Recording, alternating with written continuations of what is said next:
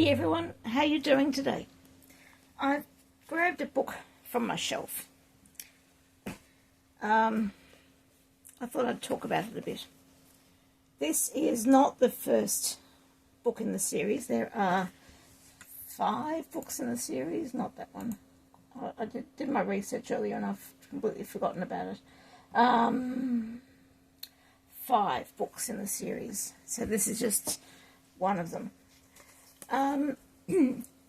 This series, this book representing the series, is from my childhood. I'm pretty sure I didn't have this copy.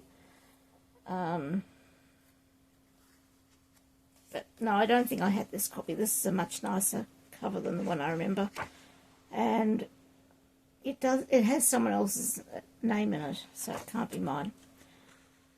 And it's not my family name. So, written in 1952, the first book was written in 1952, and this was written in 1961, and reprinted in 1966. So there you go. It's magic. It's absolute magic. And when I was looking up to get some information about it,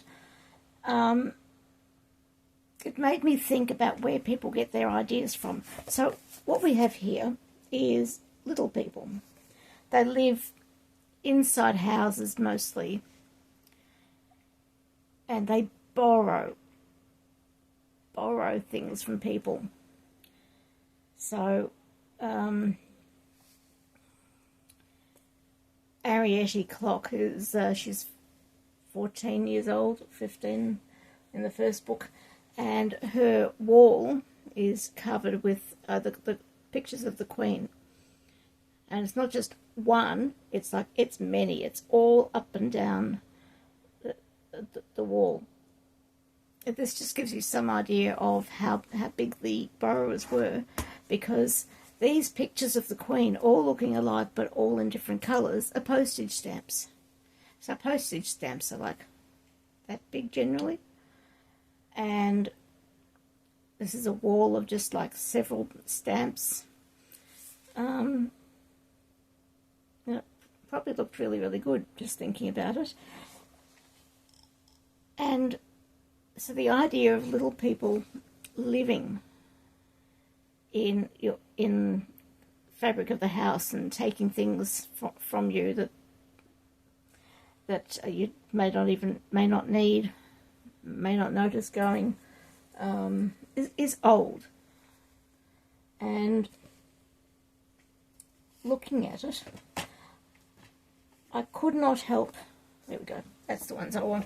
I could not help thinking Terry Pratchett in 1971, so a long time, 19 years after The Borrowers was first written in 1952, 1971, Terry Pratchett had his first book published.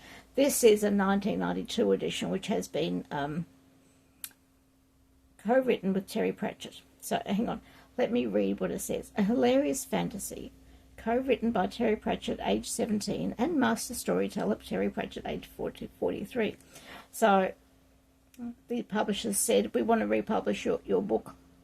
People have been calling for it, or we just want to republish it. I don't know the words. And he said, let me just look at it. So he did, and he messed about with it. That's his words. He told everyone that he messed about with it to create a better book. And I think there's a thesis in the 1971 edition and the much improved version of 1992. This one's actually 1993, but it's a beautiful copy. So the carpet people are little people who live in the carpet. So again, little people live in the fabric of the house, little people who live in the carpet.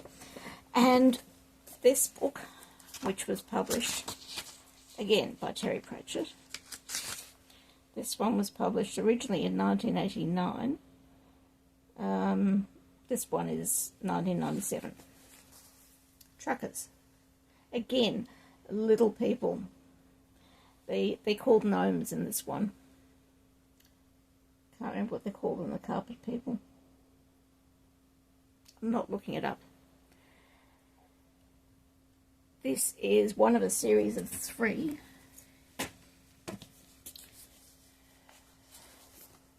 Truckers, diggers, and wings. And these tell the story of the gnomes and how they discovered who they really were, however many generations ago. And again, these people live under the floorboards of the store established in 1905 by Arnold Bros. The truckers learned to read. The borrowers could read.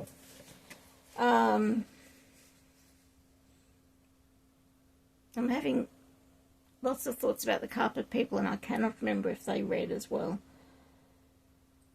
But to tell you how big the carpet people were, there was a dime. No, it wouldn't have been a dime, it would have been a penny or halfpenny or something like that sitting on the floor in the carpet.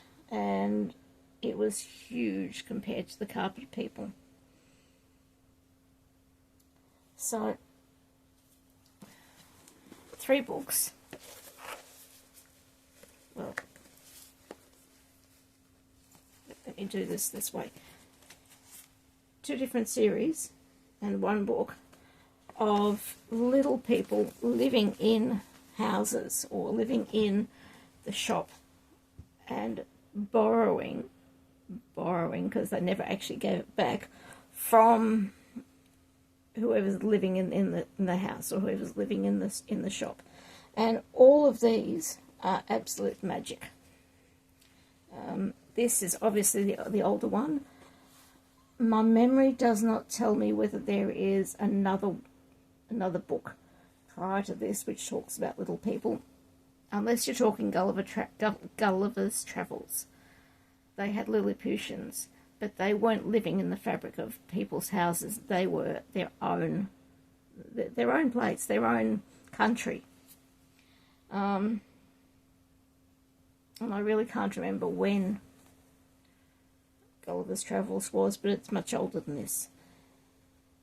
So, the question that's in my mind is, was Mary Norton borrowing from someone else? Or was she the original person? Did Terry Pratchett, age 17,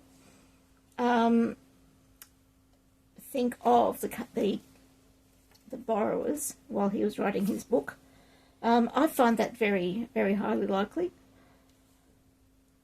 because it's written in England. It's set in a place called, I have it on the map here, it's set in a place called Leighton Buzzard in the UK.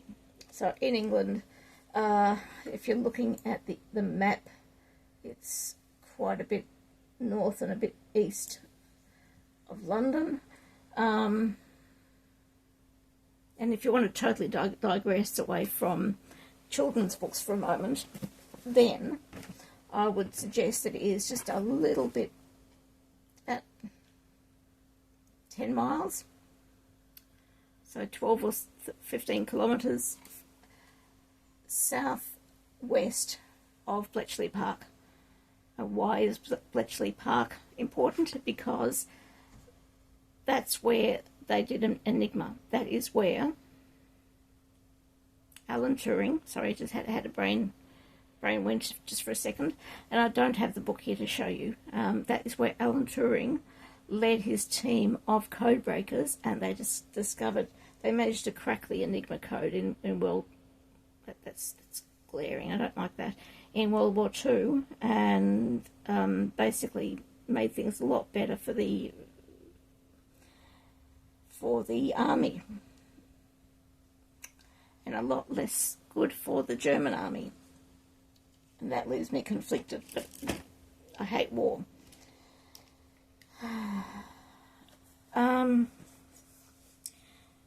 So that was a bit of a digression.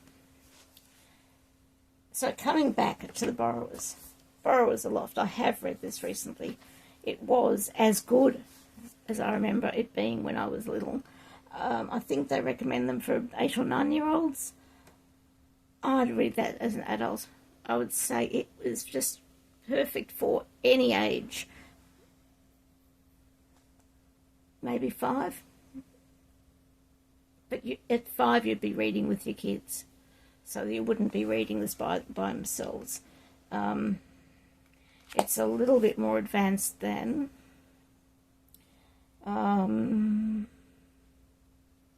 remember the chapter book that my eldest started at on. Can't remember. Might be Winnie the Pooh.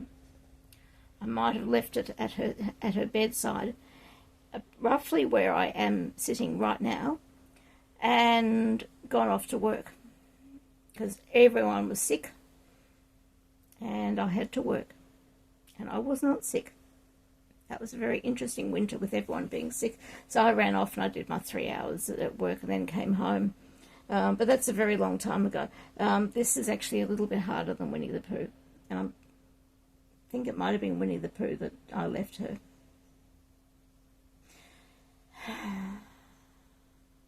See, I taught her to read. She's still reading many years later. But I loved going back to this book, which I'm holding up in my hand. I loved this book. Seriously adored this book. As a child, as an adult, it still has the same magic, the same awe-inspiring, all whatever words you wish to use. This is just fantastic. I love dipping into this world. So... no, I'm not going to... If I dip in to read you a little bit, I will then read on to the very end. And I still have to make a phone call tonight. I'm just giving him a few more minutes to have some food. Food is an awesome thing. Whoever invented food should be given a medal. And